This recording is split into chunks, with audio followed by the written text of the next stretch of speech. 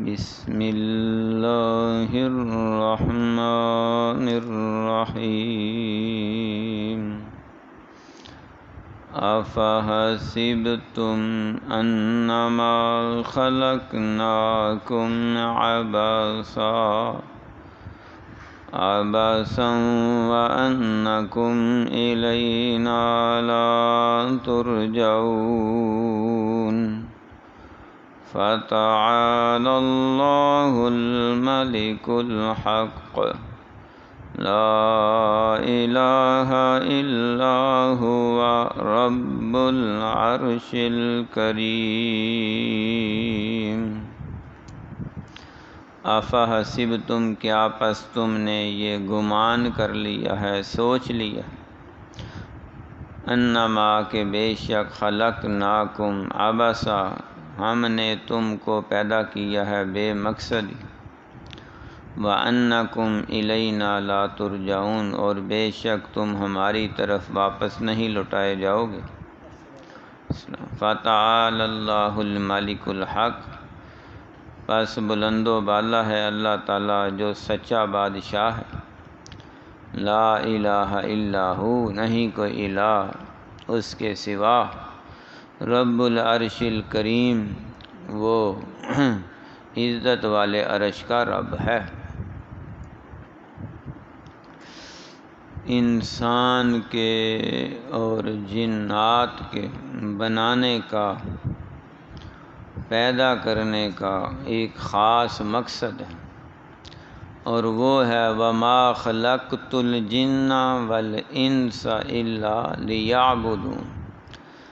اللہ تعالیٰ نے جنوں اور انسانوں کو اپنی عبادت کے لیے بنایا ہے، تو فرشتوں کو ان کو بھی عبادت کے لیے بنایا ہے، تو پھر فرق کیا ہوا؟ فرشتوں کو صرف اپنی عبادت کے لیے بنایا، جنات اور انسان ان کو دنیاوی ضرورتوں کے لیے بھی اور دینی ضرورتوں کے لیے بھی اور اپنی عبادت کے لیے بھی بنایا۔ حیوانات ان کو صرف دنیاوی ضرورتوں کے لیے بنایا ہے، تو ایک طرف حیوان ہیں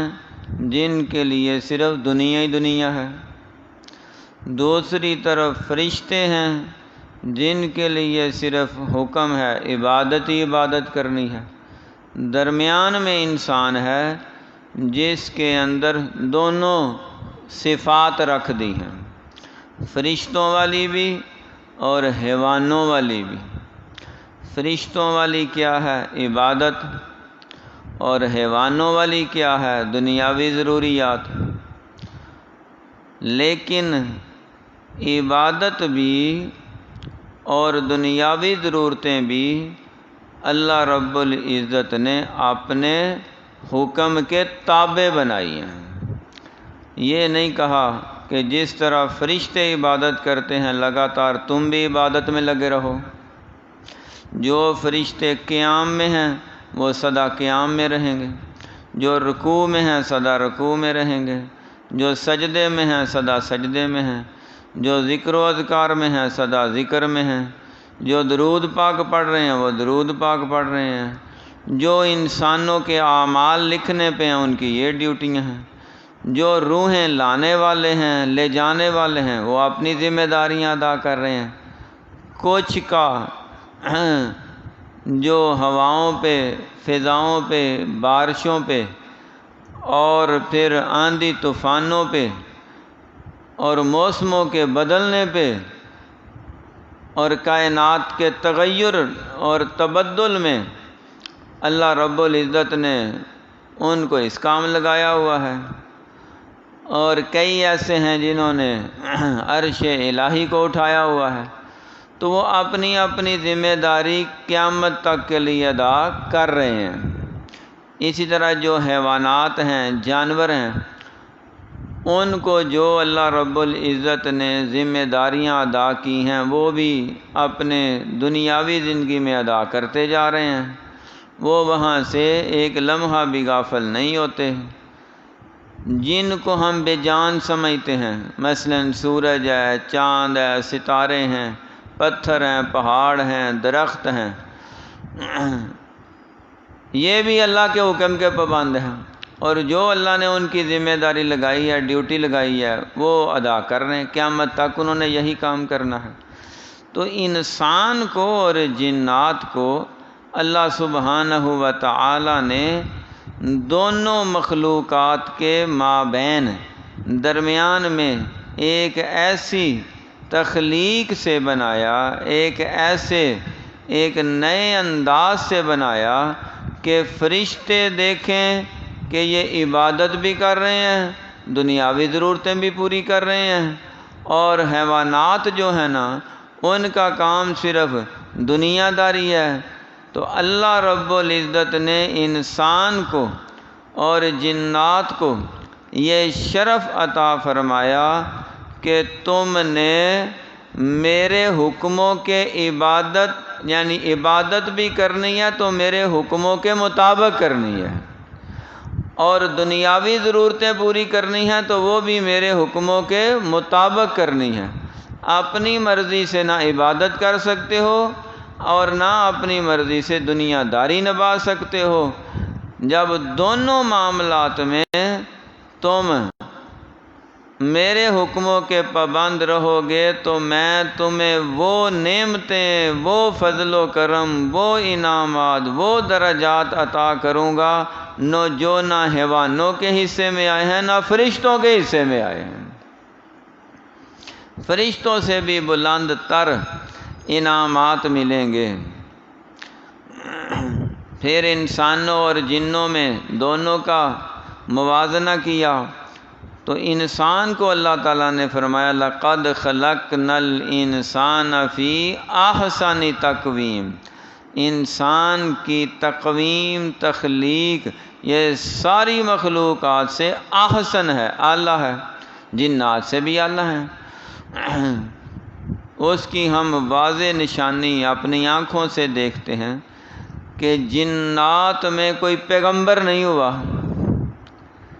حالانکہ وہ بھی مکلف مخلوقات ہیں، ان کے لیے بھی نیک کام کریں تو اجر و ثواب ہے، برے کام کریں تو سزا ہے، ان کے لیے بھی جنت جہنم ہے، لیکن ان میں پیغمبر کوئی نہیں ہوا۔ اسی طرح ان کی طرف کوئی کتاب بھی نازل نہیں ہوئی،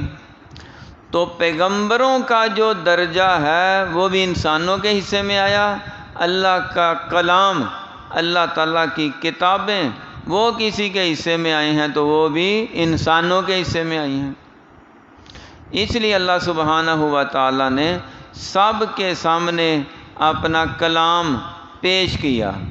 تو سب نے باری باری انکار کر دیا۔ اِنَّا عَرَضْنَا الْأَمَانَةَ عَلَى السَّمَاوَاتِ وَالْأَرْضِ وَالْجِبَالِ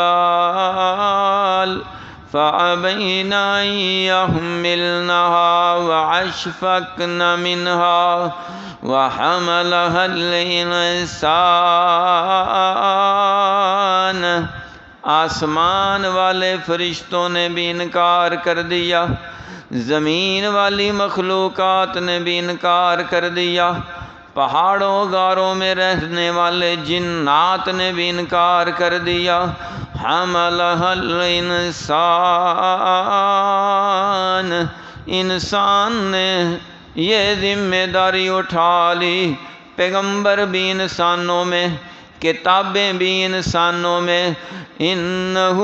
کان ظلوما جہولا، اب اگر انسانوں میں سے کوئی اللہ کے کلام کا حق ادا نہ کرے تو وہ جانوروں سے بھی بدتر ہے، جنات سے بھی جاہل ہے، اور شیطانوں سے بھی زیادہ ظالم ہے۔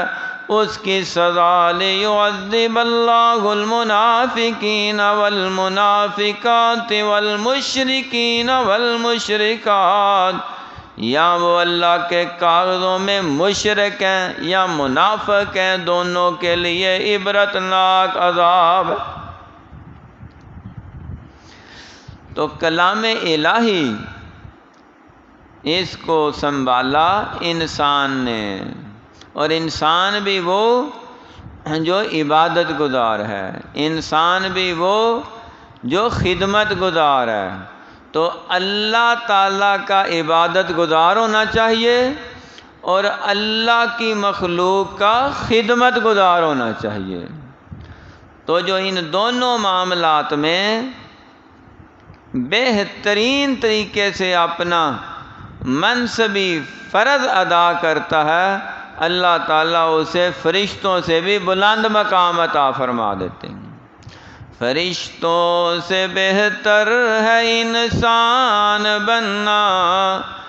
فرشتوں سے بہتر ہے انسان بننا، مگر پڑتی ہے اس میں کچھ محنت زیادہ۔ کانوا من اللیل ما یہجعون، پھر فرمایا بالاسحار ھم یستغفرون، عبادت کرتے ہیں اس انداز سے دنیا سو رہی ہے، یہ جاگ رہے ہیں، رب تعالیٰ کو راضی کر رہے ہیں۔ اور پھر انسانوں کے معاملے میں درد دل کے واسطے پیدا کیا انسان کو، وگرنہ طاعت کے لیے کچھ کم نہ تھے کرو بیان۔ فرشتے بھی بڑے تھے، حیوانات بھی بڑے تھے، لیکن انسان کو اللہ سبحانہ و تعالیٰ نے اپنی عبادت کے لیے، یعنی انسان کو عبادت گزار ہونا چاہیے، اور ایک انسان کا دوسرے انسان سے تعلق ایسا ہو کہ وہ اس کا خدمت گزار بنے، خدمت گار بنے، کسی کا فائدہ کرنے والا ہو، اور اگر کسی کا فائدہ نہیں کر سکتا تو کم از کم کسی کا نقصان بھی نہ کرے۔ نبی پاک صلی اللہ علیہ وسلم نے فرمایا تمہیں چاہیے کہ اچھی بات کہو، اگر اچھی بات نہیں کر سکتے تو کم از کم چپ ہی کر جاؤ، بری بات کرنے سے چپ رہنا بہتر ہے۔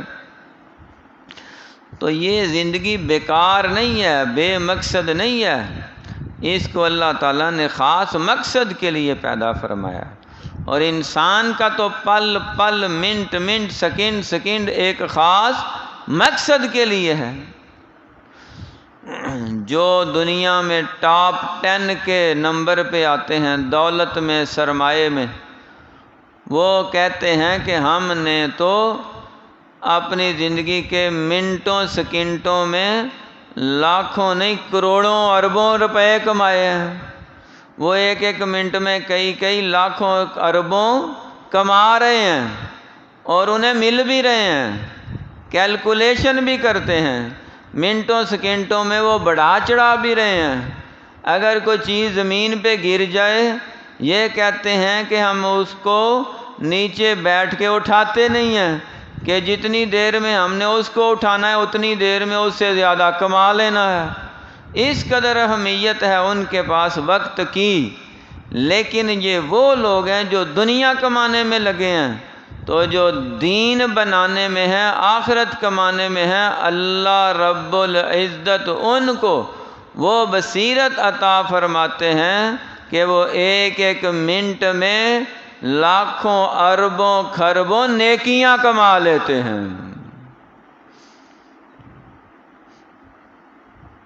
کوئی دولت کمانے کے چکر میں ہے، کوئی نیکیاں کمانے کے خیال میں ہے، اور دونوں کی دوڑ اسی جہان میں لگی ہوئی ہے۔ گرچہ پرواز ہے دونوں کی اس ایک جہان میں، گرچہ پرواز ہے دونوں کی اس ایک جہان میں، کرگس کا جہان اور ہے شاہی کا جہان اور۔ کافر کی یہ پہچان کہ آفاق میں گم ہے، اور مومن کی یہ شان کہ گم ہے اس میں آفاق۔ کافر ہے تو شمشیر پہ کرتا ہے بھروسہ، مومن ہے تو بے تیغ بھی لڑتا ہے سپاہی۔ اس نے اپنی زندگی کا ایک ایک منٹ، ایک ایک لمحہ اپنے گھر سے لے کے مسجد تک، مسجد سے لے کے میدان جہاد تک، اپنے تحت سے لے کے تحت دار تک، اور اپنے کاروباری معاملات سے لے کے گھریلو زندگی تک، اور اپنی ملی اور سیاسی جد و جہد سے لے کے قومی معاملات تک، اس کی پیش نظر مومن اور مسلمان کی ایک ہی بات ہوتی ہے کہ میرے ہر معاملے سے، ہر قول اور فعل سے میرا رب راضی ہو جائے، اور کوئی ایسا کام نہ ہو جس سے اللہ ناراض ہو جائے۔ سوچ سوچ کے قدم اٹھاتا ہے، سوچ سوچ کے بولتا ہے، کیونکہ اللہ تعالیٰ کی ہی وہ شان ہے۔ فَتَعَالَى اللَّهُ الْمَلِكُ الْحَقُّ، سب سے سچا، سچا، اونچا بادشاہ ہے تو صرف اللہ تعالیٰ ہے، وہی المالک الحق ہے، اور ہم سب نے اسی کی طرف تو لوٹ کے جانا ہے، اور جو کچھ ہم نے کیا اس کے مطابق سزا یا جزا حاصل کرنی ہے۔ تو اللہ سبحانہ و تعالیٰ نے اس مقام پہ یہ سورہ مومنون کی آخری آیات بینات میں ہمیں اس معاملے میں سبق پڑھایا ہے، ترغیب دی ہے، آگاہ کیا ہے کہ اپنی زندگی کے شب و روز کو بیکار مت سمجھو، کھیل کود میں اور ادھر ادھر بھاگنے دوڑنے میں اور دنیاوی ضروریات میں اپنی دنیا بناتے نہ گزار دو، بلکہ ایک لمحہ آنے والا ہے، یہ برف کی طرح پگھلتی ہوئی زندگی آہستہ آہستہ آہستہ ساری پگھل جائے گی۔ ہم سے پہلے کئی گزر گئے، ہمارے بعد کئی آنے والے ہیں، اور جس نے ایک دفعہ چلے جانا ہے واپس پلٹ کے نہیں آنا، اور جانا کہاں ہے؟ لا الہ الا ہوا رب العرش الکریم، عرش کریم، عرش عظیم کے مالک رب تعالیٰ کے دربار میں حاضر ہونا ہے، اور اللہ سبحانہ و تعالیٰ کے بارگاہ میں پیش ہونا ہے، جس کے علاوہ نہ کوئی الہ ہے، نہ معبود ہے، نہ عبادت کے لائق ہے، نہ رازق ہے، نہ حاکم ہے، نہ مختار کل ہے، نہ ہی کوئی بگڑی بنانے والا ہے، نہ اس کائنات کو پیدا کرنے والا ہے، نہ اس کا نظام چلانے والا ہے، نہ اس کائنات کو تباہ کرنے والا ہے۔ ان سارے معاملات میں اللہ تعالیٰ وحدہ لا شریک ہے۔ اس کائنات کو بنانے میں بھی اس کا کوئی شریک نہیں، اس کائنات کو چلانے میں بھی اس کا کوئی شریک نہیں، اور اس کائنات کو تباہ و برباد کر کے قیامت برپا کرنے میں بھی اس کا کوئی شریک نہیں ہے۔ تو یہ عقیدہ رکھ کے جب ہم عمل کریں گے تو توحید کی برکت سے اللہ تعالیٰ گناہوں کو معاف کر دیں گے، اور نیکیوں کو بڑھا چڑھا کے لاکھوں کروڑوں گنا اضافہ کر دیں گے، اور تھوڑا سا عمل بھی بہت زیادہ اجر و ثواب کا حامل ہوگا۔ اس لیے ہمیں اپنا کوئی لمحہ بھی، کوئی منٹ بھی، کوئی سیکنڈ بھی بیکار نہیں سمجھنا چاہیے۔ یا وہ منٹ اور سیکنڈ ہمارا اللہ کی عبادت میں گزر رہا ہو، یا وہ ہمارا منٹ سیکنڈ کہ انسانوں کی خدمت میں گزر رہا ہو، کیونکہ مسلمان آدمی کی دو ہی حالتیں ہوتی ہیں۔ مومن کی شان یہی ہے، یا وہ ایک وقت میں اللہ کا عبادت گزار ہوتا ہے، یا پھر وہ مخلوق خدا کا خدمت گار ہوتا ہے۔ دونوں حالتوں میں اس کو اجر و ثواب مل رہا ہوتا ہے۔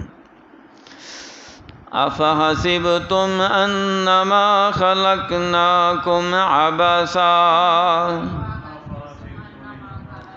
کیا تم نے گمان کر لیا ہے بے شک ہم نے تمہیں پیدا کیا ہے بیکار اور بے مقصد ہی۔ وَأَنَّكُمْ إِلَيْنَا لَا تُرْجَعُونَ، اور بے شک تم ہماری طرف نہیں لٹائے جاؤ گے۔ فَتَعَالَى اللَّهُ الْمَلِكُ الْحَقُّ، پس اللہ تعالیٰ بہت بلند ہے، سچا بادشاہ ہے۔ لا الہ الا هو رب العرش الکریم، نہیں کوئی الہ اس کے سوا، نہیں کوئی عبادت کے لائق مگر وہی ہے جو رب ہے عرش کریم کا، عزت والے عرش کا رب ہے۔ صدق اللہ العظیم۔ سبحانک